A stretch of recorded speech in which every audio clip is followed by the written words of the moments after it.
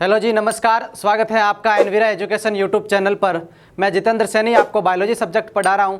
हमने जो कंकाल तंत्र का पार्ट फर्स्ट पूरा किया था, उसके अंदर हमने मानव के अंदर पाए जाने वाले विभिन्न प्रकार की हड्डियों का स्थान और उनके जॉइंट और मुख्य रूप से किस क्षेत्र के अंदर, किस भाग के अंदर कितनी हड्डियाँ पाई जाती है, उसके बारे में हमने विस्तार पूर्वक अध्ययन किया था।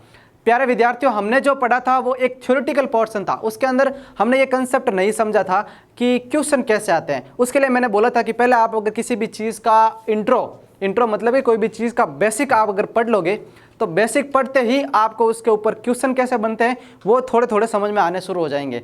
आज का जो अपना पार्ट 2 रहेगा वो ये रहेगा कि मुख्य रूप से एग्जाम के अंदर किन क्षेत्रों से क्वेश्चन आते हैं। क्षेत्र मतलब कि हम पढ़ रहे कंकाल तंत्र, तो कंकाल तंत्र के किन किन भागों से या बात करते हैं किन किन अंगों की हड्डियों के बारे में सबसे ज़्यादा क्वेश्चन आते हैं। उनको लेकर आज हम थोड़े से क्वेश्चन कैसे बनते हैं वो भी देखेंगे।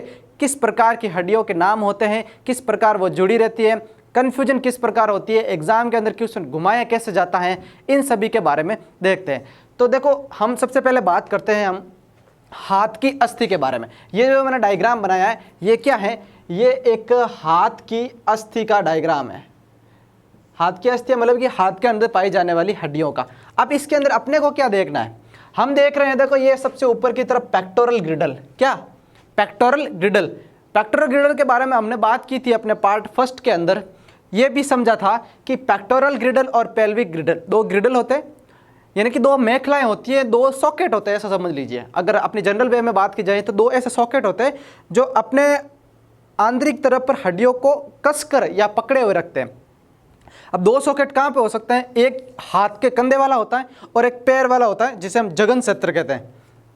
तो ये पेक्टोरल ग्रिडल अंश फलक जो कंधे के अंदर पाया जाता है, यहाँ पे मैं लिख भी देता हूँ, अंश फलक कंधे में उपस्थित, ये कंधे के अंदर पाया जाता है अंश फलक। अब देखो, ये अंश फलक के ऊपर सबसे ऊपरी तरफ, यानी कि अंश फलक के सबसे ऊपरी तरफ जो हड्डी आके जुड़ती है हाथ की, वो हड्डी होती है, उसका नाम है ह्यूमरस। क्या नाम है उसका? ह्यूमरस। ह्यूमरस हड्डी होती है जो किससे जुड़ती है? पेक्टोरल ग्रिडल से जुड़ती है और अपनी जो हाथ का ऊपरी सिरा, कोहनी से ऊपरी वाली जो हड्डी बनाती है उसे हम बोलते हैं ह्यूमरस। क्या बोलते हैं? ह्यूमरस, जिसे हम हिंदी में बोलते हैं प्रगंडिका। क्या बोलते हैं? प्रगंडिका। याद रह जाएगा। किसे बोलते हैं? हाथ की बाएं वाली, बाएं मतलब कि जो कोहनी के ऊपर वाली जो हड्डी होती है जो पेक्टोरल ग्रिडल से जुड़ी रहती है उसे बोलते हैं प्रगंडिका। इसकी संख्या 1 होती है।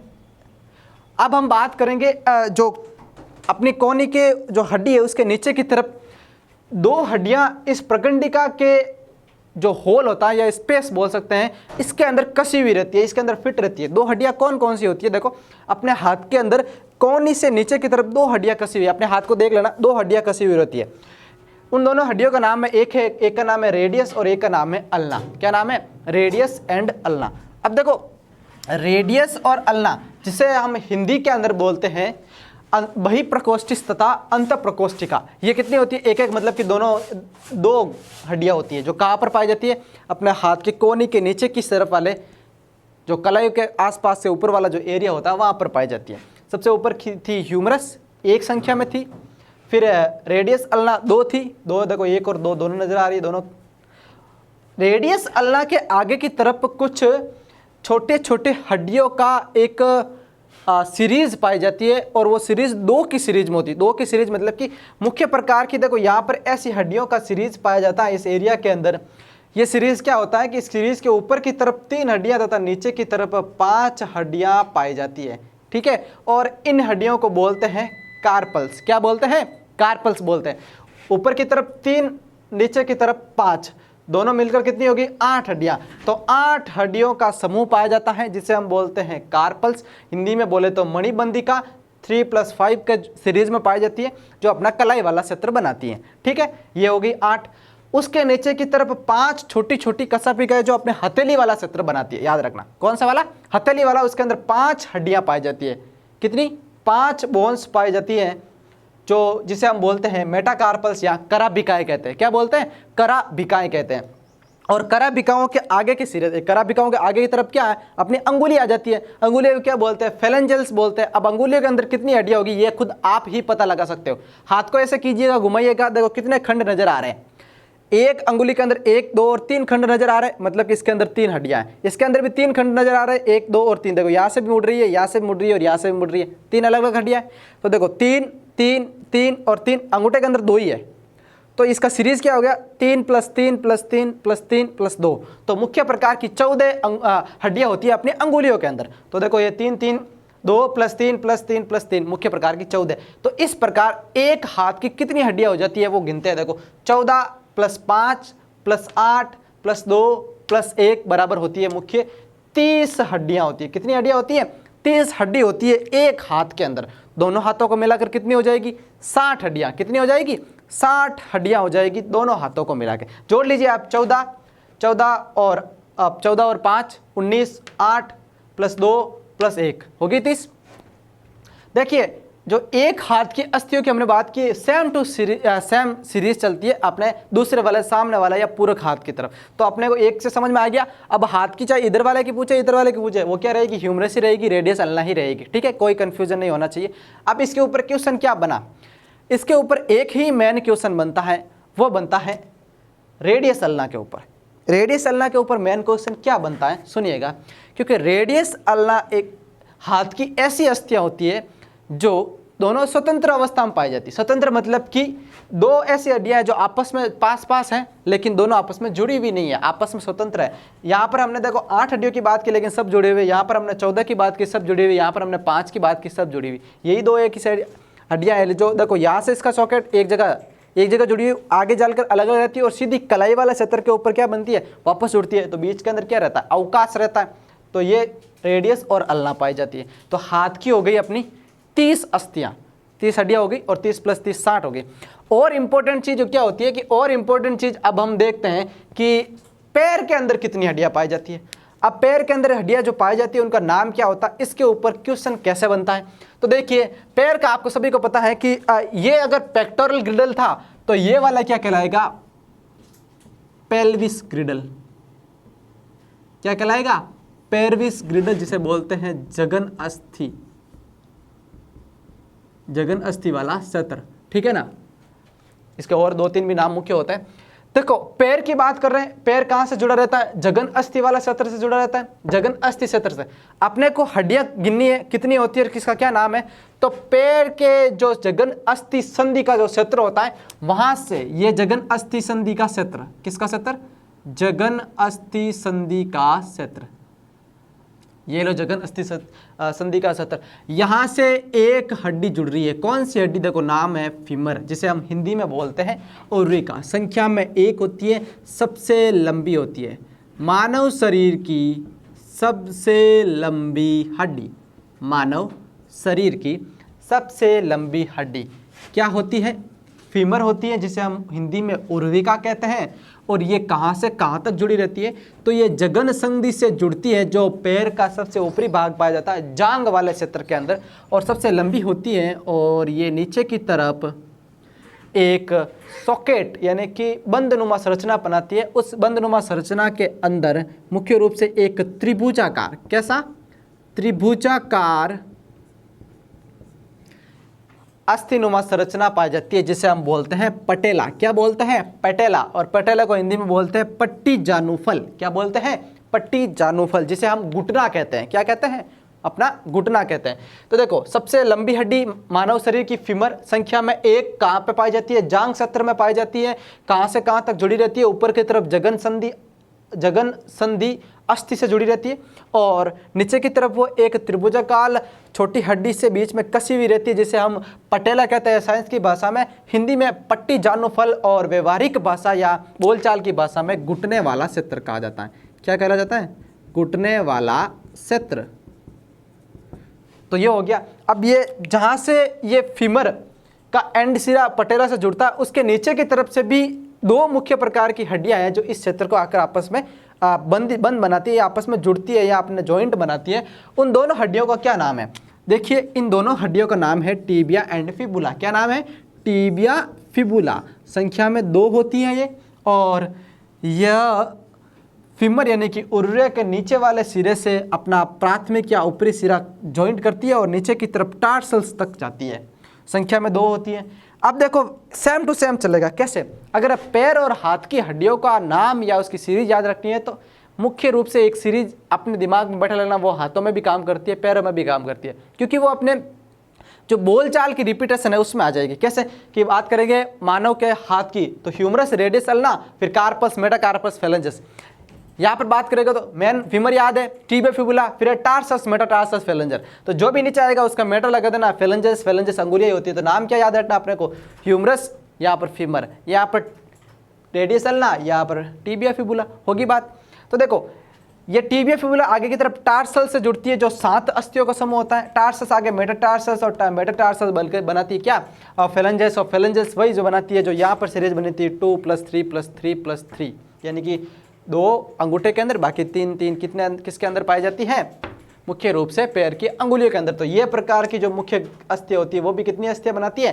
30 हड्डियां बनाती है। तो 30 एक पैर के अंदर, तो 30 + 30 60 हड्डियां हो गई। यहाँ पर भी 60, यहाँ पर भी 60 बराबर हो गया। इतनी सिद्ध हो गया बात की इसके अंदर इतनी हड्डियां हमने बात कर ली है। याद रखना फीमर सबसे लंबी हड्डी है। एक यहाँ पर भी क्षेत्र के अंदर पैर के जहाँ पर टार्सस वाला क्षेत्र होता है, टिबिया फिबुला के नीचे यहाँ पर भी एक घुटने जैसी संरचना पाई जाती है जिसे हम पेटेला ही कहते हैं, याद रह जाना। ठीक है। अगला इंपॉर्टेंट है अपना खोपड़ी या करोटी। कितनी अस्थियां पाई जाती है? पहले तो बात कर लेते हैं। करोटी के अंदर 29 हड्डियां पाई जाती है। अब देखो 29 हड्डियां जो पाई जाती है उनके नामों को लेकर पूरे 29 को अपने को याद नहीं है। मुख्य मुख्य जो मैंने चीज़ें लिखी है वो नाम पूछे जाते हैं, चाहे कितना भी डीप चले जाए। डीप मतलब कि कितना भी लेवल अप हो जाए एग्जाम के अंदर, इनसे बाहर क्वेश्चन आज तक गया नहीं है। क्या कि हड्डियों के कुछ नाम पूछ लिए जाते हैं कि वो हड्डी कहाँ पाई जाती है। ऐसा नहीं पूछेगा कि करोटी के किस क्षेत्र में पाई जाती है। क्वेश्चन ऐसे बनेगा कि मैंडिबल अस्थि मानव शरीर के किस भाग में पाई जाती है। अब ये घुमा फिरा के उसने पूछा क्या है? यही पूछा है कि मानव के करोटी वाला या खोपड़ी वाला क्षेत्र के अंदर, क्रेनियम वाला में पाई जाती है। लेकिन उसने बहुत डीप ले लिया है, क्रेनियम की एक हड्डी का नाम उठा लिया है। तो उसी प्रकार अपन कुछ हड्डियों के नाम ऐसे ही रिपीट कर लेते हैं या उनको एक बार पढ़ लेते हैं ताकि अपने को ये नाम याद रह जाए, और आपको जो ये नोट्स मिलेंगे उसके अंदर ये पर्टिकुलर इनका नाम और इनका क्षेत्र लिखा होगा। और याद रखना एग्जाम के अंदर कभी भी इसका पर्टिकुलर क्षेत्र नहीं पूछा गया है, केवल यही पूछा जाएगा। मान लो कि हाइड अस्थि, क्या? हाइड अस्थि मानव शरीर के किस क्षेत्र में पाई जाती है? मस्तिष्क, हाथ, जांघ या पैर, ऐसे कान, कुछ भी ऑप्शन दे सकते हैं। तो इस प्रकार के क्वेश्चन आएंगे, और इस प्रकार के क्वेश्चन का करने का एक ही तरीका है कि आप इनका नाम जब भी ये चैप्टर पढ़े या जब भी आपको समय मिले वापस इनको नाम रटे नहीं, रिपीट कर ले, ताकि पता लग जाए कि इस प्रकार का जो भी वर्ड है वो करोटी से संबंधित है।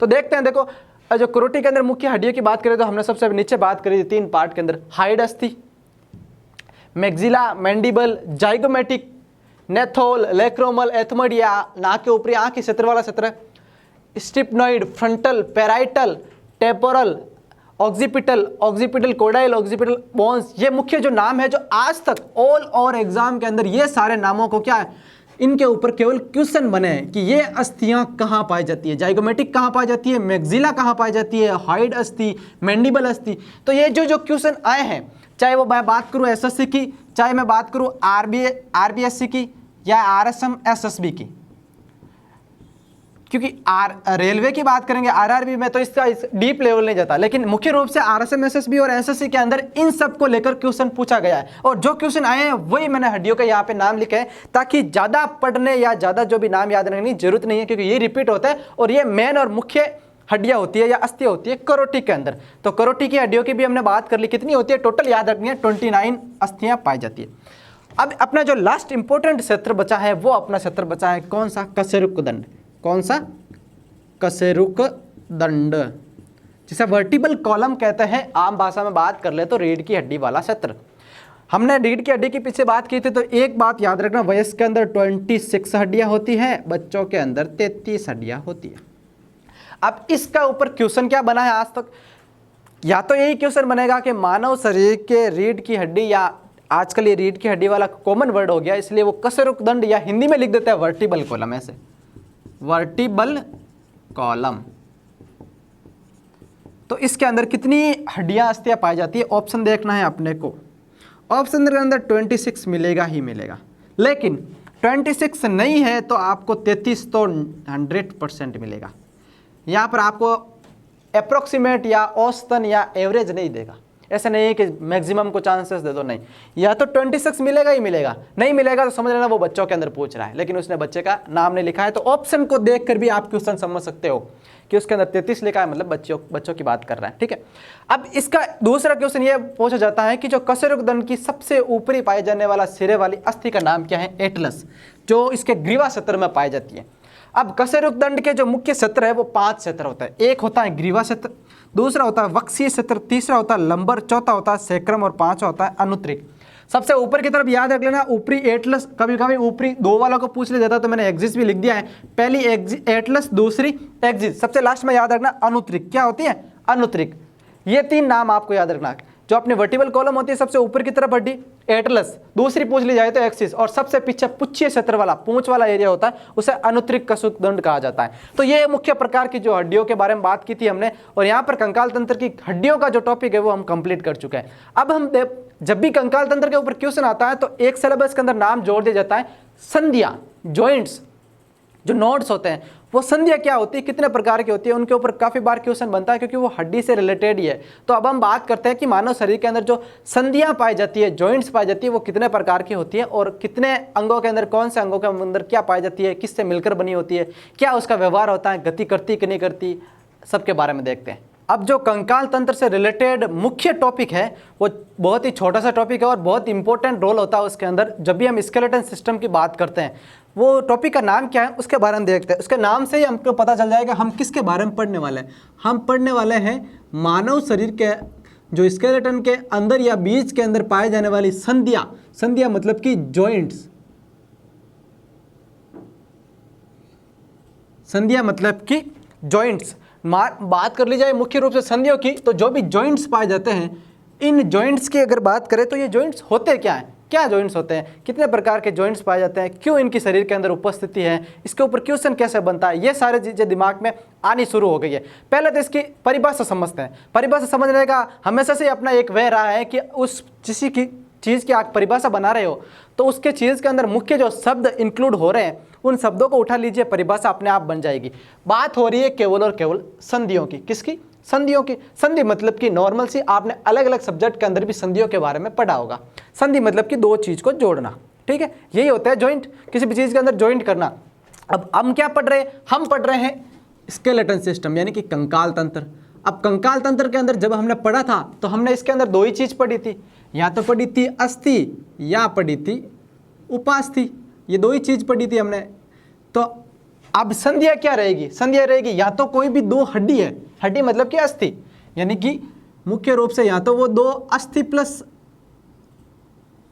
अस्थि यानी कि वो 2 हड्डी को आपस में जोड़ेगी, या 1 अस्थि प्लस 1 उपास्थि इनको जोड़ेगी। तो इस प्रकार के मानव शरीर के अंदर पाए जाने वाले ऐसे जोड़, ऐसी संधियां, ऐसे जॉइंट्स जो एक अस्थि को अस्थि से यानी कि हड्डी को हड्डी से, या एक अस्थि को उपास्थि से जोड़ने का कार्य करते हैं, उन्हें हम क्या बोलते हैं? संधि बोलते हैं। तो पता चल गया परिभाषा।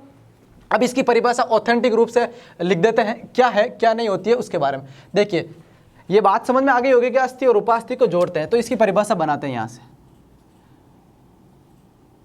वह स्थान जहां 2 या 2 से अधिक, वह स्थान जहां 2 या 2 से अधिक अस्थि या अस्थि प्लस उपास्थि, अस्थि या अस्थि प्लस उपास्थि जुड़ती है, अस्थि प्लस उपास्थि जुड़ती है, क्या कहलाती है? संधियां या जॉइंट्स कहलाती है। ये तो क्लियर हो गया इसकी परिभाषा। अब ये क्या कार्य करती है? मानव शरीर के कंकाल तंत्र के अंदर अस्थियों का मुख्य रोल होता है, क्योंकि अस्थियां हड्डियों को गति करवाती है, हड्डियों को गति करवाती है, याद रखना।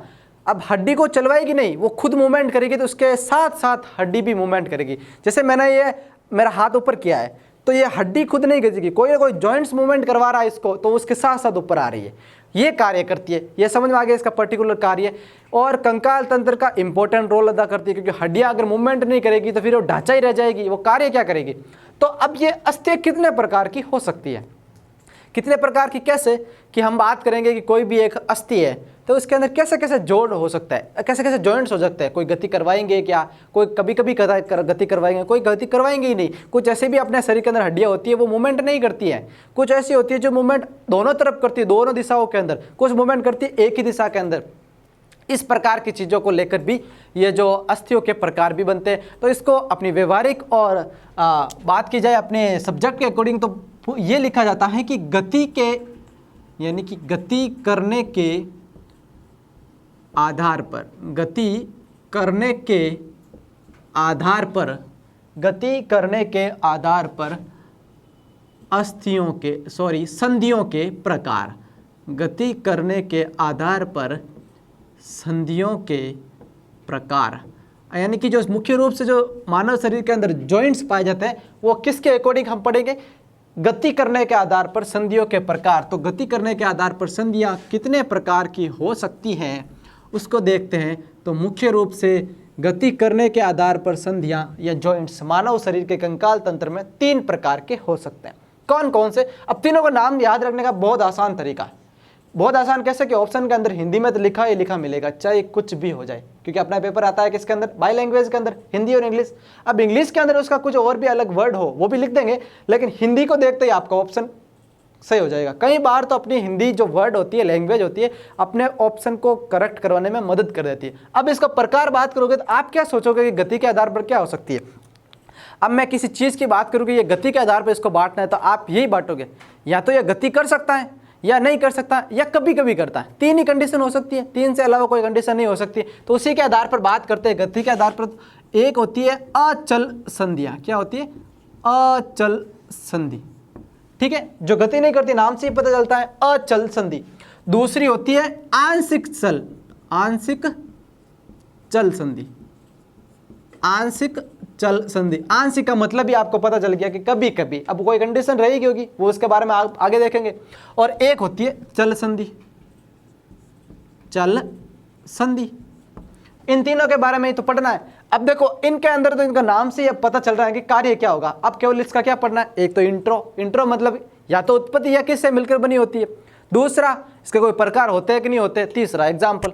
3 ही तो बात होती है। तो सबसे पहले हम पढ़ेंगे अचल संधि को। किसको पढ़ेंगे, अचल संधि को। अब अचल संधि को बोला जाता है साइनोथ्रोसिस। क्या बोला जाता है, साइनोथ्रोसिस, ये इसका इंग्लिश वर्ड हो गया साइनोथ्रोसिस। अब ऐसी कौन सी मानव शरीर के अंदर कहीं पर भी अस्थियां, जॉइंट्स, हड्डियां पाई जाती है क्या, जो मूवमेंट नहीं करती, खुद नहीं हिलती।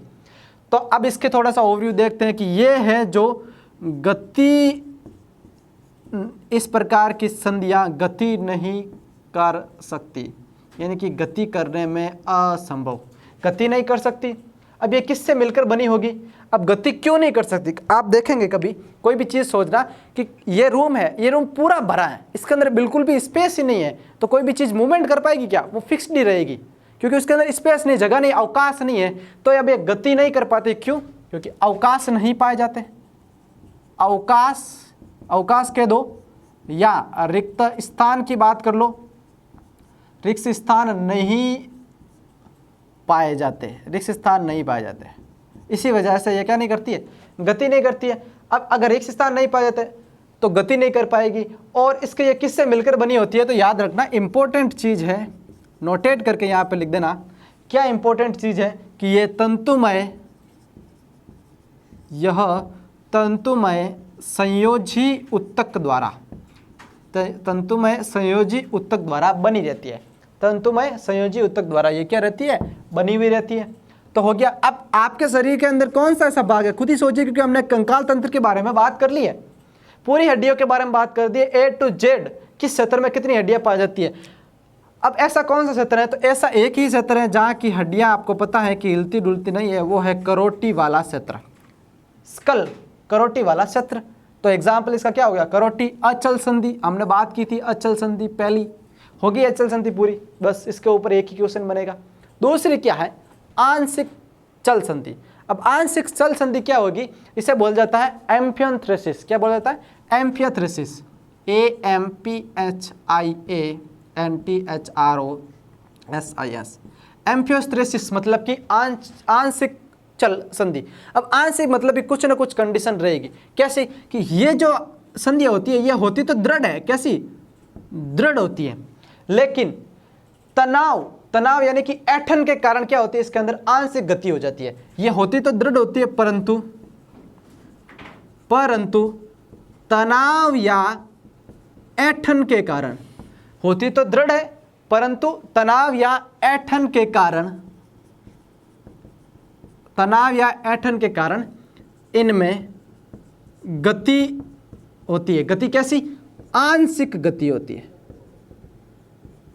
आंशिक गति होती है। तनाव या ऐंठन के कारण इनके अंदर गति कैसी होती है, आंशिक गति होती है। अब देखो ये आंशिक गति होती थी, किससे निर्मित बनी होती है, किससे निर्मित मतलब कि किस चीज से मिलकर बनी होती है। तो याद रखना कि ये जो संधियां पाई जाती हैं वह पाई जाती है तंतुमय उपास्थियों से मिलकर बनी होती है। किससे, तंतुमय उपास्थि से मिलकर बनी होती है। याद रह जाएगा, यहां पर तंतुमय संयोजी ऊतक से मिलकर बनी थी, यह बनी होती है तंतुमय उपास्थि से मिलकर। अब तंतुमय उपास्थि से यह मिलकर बनी होती है तो ये क्या करती है, यहां पर देखो ये क्या करती है, दृढ़ है, तनाव के कारण इसके अंदर गति होती है। तो ये जो आंशिक चल संधियों का जो जोड़ पाया जाता है उसे क्या कहते हैं, इसे बोलते हैं, इसके बीच में जो जोड़ पाया जाता है इस जोड़ को बोला जाता है सिम्फाइसिस। क्या बोला जाता है, सिम्फाइसिस। याद रह जाएगा नाम सिम्फाइसिस। अब सिम्फाइसिस वर्ड से ही आपको पता चल गया कि मैं किसके बारे में बात कर रहा हूं, वही प्यूबिक सिम्फाइसिस वगैरह इसके एग्जांपल्स रहेंगे। जोड़ को क्या बोला जाता है, इसका जो जॉइंट होता है उसे बोलते हैं सिम्फाइसिस। एग्जांपल पता चल गया, वही है। इसके एग्जांपल की बात की जाए, प्यूबिस, पेल्विस, सिम्फाइसिस की बात कर ली जाए, एंड जो दंतिका अस्थियां होती है दांतों वाली, उसके अंदर आंशिक कभी कभी गति हो जाती है। तो इसके एग्जाम्पल हो गए। अब ये कितने प्रकार की हो सकती है, देखिए ये जो आंशिक चल संधि है वो दो प्रकार की होगी। कौन कौन सी, एक तो होगी दुराग्र और एक होगी विसर्पी, दुराग्र और विसर्पी। अब देखो आंशिक चल संधि की हम बात कर रहे थे और आंशिक चल संधि दृढ़ थी परंतु तनाव या ऐंठन की वजह से वो गति करती थी और वो तंतुमय उपास्थि से मिलकर बनी है, इसलिए उसके अंदर जो जोड़ होते हैं उन जोड़ को हम सिम्फाइसिस कहते हैं। तो इसके एग्जाम्पल हमने पढ़ा, प्यूबिक सिम्फाइसिस है, दंतिकामय वगैरह जो दांत की अस्थियां वगैरह होती है उनका। आंशिक चल संधि दो प्रकार की होती है, एक होती है दुराग्र और एक होती है विसर्पी। दुराग्र किसके अंदर पाई जाती है, दुराग्र का एग्जाम्पल है एटलस। एटलस क्या है, अभी हमने पढ़ा है, एटलस कशेरुकदंड की सबसे ऊपर वाली अस्थि या आप कशेरुकदंड के सबसे ऊपरी वाला भाग के प्राथमिक अस्थि कहा जाता है, प्राथमिक जोड़ बोला जाता है उसे, क्योंकि वो बहुत प्रकार की छोटी छोटी अस्थियों से मिलकर बने होते हैं। एटलस दुराग्र संधि किसके अंदर पाई जाती है, एटलस के अंदर पाई जाती है। अब बात की जाए दुराग्र संधि का तो एग्जाम्पल एटलस हो गया। विसर्पी, जो विसर्पी आंशिक चल संधि होती है वो किसके अंदर पाई जाती है, देखना इसके एग्जाम्पल होते हैं वो बहुत इंपॉर्टेंट है। कैसे कि संपूर्ण प्रकार का जो कशेरुकदंड है, कशेरुकदंड वो इसका एग्जाम्पल है। दूसरी बात करेंगे तो हाथों की कलाई, वो इसका एग्जाम्पल है। तीसरी बात करूँ तो इसका हाथों पैरों का टखना, ये भी क्या है, इसका एग्जाम्पल है। तो ये हो गया इसका विसर्पी का। चल अचल संधि भी हो गई, आंशिक चल संधि भी हो गई। अब तीसरी क्या बची, चल संधि। चल संधि को बोला जाता है साइनोवियल। अब देखो साइनोवियल जॉइंट पाए जाते हैं, वो क्या, चल मतलब कि गति करने वाला, इसे बोलते हैं साइनोवियल जॉइंट, साइनोवियल जॉइंट। ठीक है। अब साइनोवियल जॉइंट मतलब कि एक से अधिक दिशा में गति करने वाला, एक से अधिक दिशा में गति करने वाला है, एक से अधिक दिशा में गति करने वाले, एक से अधिक दिशा में गति करने वाले। ऐसे जॉइंट या ऐसे संधियां जो एक से अधिक दिशा के अंदर गति करवाती हैं, गति करती है, उस प्रकार की संधियों को चल संधि, साइनोवियल जॉइंट कहा जाता है। अब ये किससे मिलकर बनी होती हैं, ये बनी होती हैं काचाभ जो द्रव्य होता है ना, काचाभ द्रव्य की अत्यधिक चिकनी परत से, काचाभ द्रव्य की अत्यधिक चिकनी परत से मिलकर बनी होती है, यानी कि इसके ऊपर, इन संधियों के ऊपर काचाप द्रव्य की अत्यधिक चिकनी परत पाई जाती है। अब ये काचाप द्रव्य की जो अत्यधिक चिकनी परत है वो क्या कार्य करती है? वो करती है कि गति के समय जो दो बोन्स होती है उसके अंदर घर्षण कम करती है। इंपॉर्टेंट चीज़ है, नोट लगा के लिखना पड़ेगा इसको। क्या है इंपॉर्टेंट चीज़? कि ये जो काचाप द्रव्य की चिकनी परत क्या कार्य करती है कि गति करते समय क्या कार्य करती है? गति से करते समय अस्थियों के मध्य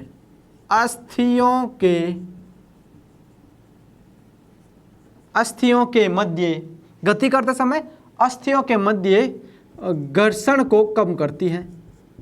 अस्थियों के मध्य घर्षण को कम करती है। ये इंपॉर्टेंट रोल है, याद रह जाएगा। गति करते समय अस्थियों को कौन कम करता है? काचाप द्रव्य की एक चिकनी परत कहाँ पाई जाती है? चल संधि के ऊपर पाई जाती है।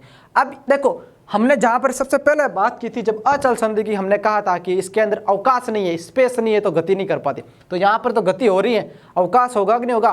तो याद रखना, नोट का सेकंड बात करते हैं। नोट फर्स्ट ये हो गया, सेकंड की हम बात करें तो चल संधि का जो अवकाश पाया जाता है उसे बोलते हैं कोटर। चल संधि के अस्थियों के मध्य जो अवकाश पाया जाता है उस अवकाश को कहा जाता है कोटर। क्या कहा जाता है? कोटर। अब ये कोटर क्या होता है? इस कोटर को बोला जाता है साइनोवियल कैविटी। क्या कहा जाता है? इस कोटर को कहेंगे हम साइनोवियल कैविटी। ये बहुत इंपॉर्टेंट है, एग्जाम के अंदर क्वेश्चन आ चुका है, आने के चांसेस भी ज़्यादा है कि साइनोवियल जॉइंट यानी कि चल संधि के अंदर मध्य में जो अवकाश रिक्त स्थान पाया जाता है उसे क्या कहा जाता है? उसे कोटर कहा जाता है। हिंदी के अंदर ये मिलेगा ही मिलेगा, इंग्लिश के अंदर साइनोवियल कैविटी लिखा मिलेगा। अब देखो, अब ये कोटर के अंदर क्या होता है? इन कोटर के अंदर अचल संधि की जो आंतरिक परतें होती है वो एक तरल पदार्थ का स्रावण करती है। क्या है कि इसकी आंतरिक परतें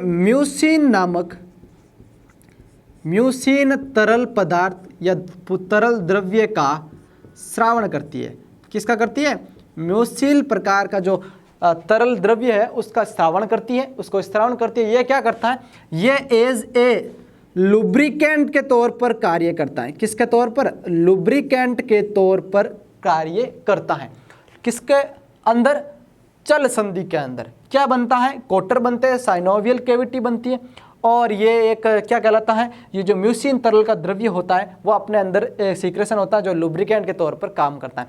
अब देखो, ये जो मुख्य प्रकार की चल संधि है वो तीन प्रकार की होती है। तीन प्रकार की कौन कौन सी? देखना, तीनों के नाम याद रह जाएंगे तो बहुत इंपॉर्टेंट रोल हो जाएगा। क्या? पहले तो अपने पता है कि एक होती है कंदुक खलिका संधि। क्या होती है? कंदुक खलिका संधि, जो एक प्रकार की चल संधि है। ठीक है, कंदुक खलिका संधि होगी। दूसरी क्या होती है? दूसरी होती है कब्जा संधि, कब्जा संधि। और तीसरी होती है दीर्घ वर्तज। क्या होती है?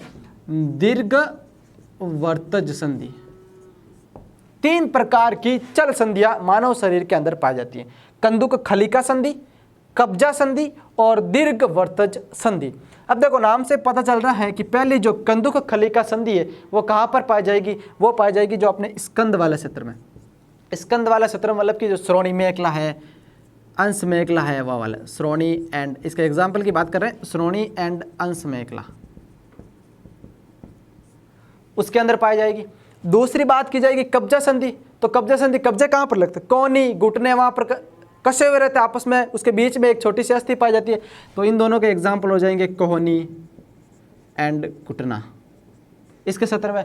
और दीर्घ वर्जस संधि इंपॉर्टेंट है। दीर्घ वर्जस संधि रेडियस में पाई जाती है। किसके अंदर? रेडियस के अंदर। रेडियस क्या होती है पता है? रेडियस अल्लाह कहाँ पर पाई जाती थी? हाथ की दो हड्डियाँ होती थी जो कोहनी से नीचे की तरफ पाई जाती है, कलाई के और कोहनी के बीच के अंदर, इस प्रकार की चीज़ें। और मुख्य रूप से हम बात करूँ तो ये कार्पल्स के अंदर भी पाई जाती है। तो इस प्रकार हमने अस्थियां, जो अस्थियों के अंदर जो जॉइंट्स पाए जाते हैं, जो संधियां पाई जाती है, उसके बारे में देखा। अब इसके अंदर इंपॉर्टेंट क्या है? इंपॉर्टेंट है सबसे ज़्यादा चल संधि। क्वेश्चन भी इसके ऊपर बनती है क्योंकि गति करती है और एक से अधिक दिशा में गति करवाती है। इसके अंदर द्रव की चिकनी परत पाई जाती है। अपने अंदर से एक तरल पदार्थ म्यूसिन का स्रावण करता है, जो उसका कार्य होता है लुब्रिकेंट के तौर पर। अवकाश जो कोटर पाया जाता है उसे साइनोवियल कैविटी कहते हैं। ये जो काचाप द्रव्य की चिकनी परत क्या करती है कि अस्थियों के मध्य घर्षण को कम करती है। इस प्रकार के क्वेश्चन बनते हैं इसके ऊपर। तो संधियां कितने प्रकार की होती है? गति के आधार पर अचल, आंशिक, चल, चल प्रकार की। अचल में तो इंपॉर्टेंट करोटी हड्डी याद रखना है, और ये गति नहीं कर पाती क्योंकि अवकाश नहीं होता है, तंतुमय संयोजी तक से बनी रहती है। दूसरी बात की थी आंशिक चल संधि की, तो इसके ये दृढ़ होती है, टाइट होती है, बहुत ही हार्ड होती है, लेकिन इसके तनाव या ऐंठन की वजह से क्या होती है कि थोड़ी सी गति हो जाती है, और ये तंतुमय उपास्थि से मिलकर बनी होती है। इसके जोड़ को बोला जाता है सिम्पाइसिस। यहाँ पे तो जोड़ होता ही नहीं है, इसके जोड़ को बोलेंगे सिम्पाइसिस, और ये पाया जाता है प्यूबिक सिम्पाइसिस वगैरह दांतों के अंदर एंड। और ये दो प्रकार की होती है, एक होती है दुराग्र और एक होती है विसर्पी। दुराग्र होती है एटलस में, विसर्पी होती है कशेरुक दंड में या कलाई टखनावा के अंदर, ठीक है। और अब थी लास्ट में चल संधि। चल संधि एक से अधिक दिशा में गति करती थी। काचाप द्रव्य की चिकनी परत गति करने में समय घर्षण को कम करती है। हड्डियों के बीच में अवकाश पाया जाता है जिसे कोटर या साइनोवियल कैविटी कहते हैं। इसके अंदर एक तरल पदार्थ का स्रावण होता है जिसे म्यूसिन नाम है। म्यूसिन नाम का तरल पदार्थ क्या काम करता है? लुब्रिकेंट के तौर पर कार्य करता है। अब ये चल संधि कितने प्रकार की है कि चल संधि आगे तीन भागों में बटी होती है। एक होती है कंदुक खलिका संधि, जो श्रोणि और अंश मेखला में पाई जाती है। कब्जा संधि कोहनी और घुटना के अंदर, और दीर्घवर्धक संधि रेडियस के अंदर पाई जाती है। तो यहाँ पर अपना जो स्केलेटन सिस्टम था वो कंप्लीट होता है। आप हमारे इस वीडियो सीरीज को लाइक कीजिएगा, शेयर कीजिएगा, हमारे चैनल को सब्सक्राइब कीजिएगा। महामैराथन का जो दौर चल रहा है उसको जरूर देखिएगा। आपके जो रिवीजन होगा, आपकी जो तैयारी को परखिएगा। हमारे जो हर एक सब्जेक्ट का हर हफ्ते एक महामैराथन जारी होता है, उसके अंदर आप हमें जुड़िएगा और अपने दोस्तों के साथ भी शेयर कीजिए। धन्यवाद।